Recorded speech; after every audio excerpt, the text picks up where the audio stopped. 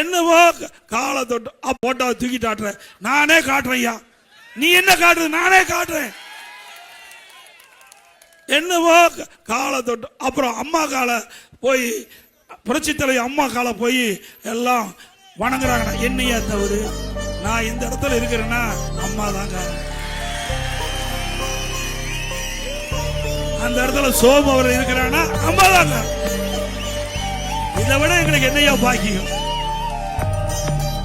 எங்களுக்கு வாழ்வு கொடுத்தவர்கள், எங்களுக்கு பொன்மலைச்செம்மல் புரட்சி தலைவர் எம்ஜிஆர், இதே புரட்சி தலைவர் அம்மா, நாங்க தெய்வமா மதிக்கிறோம்.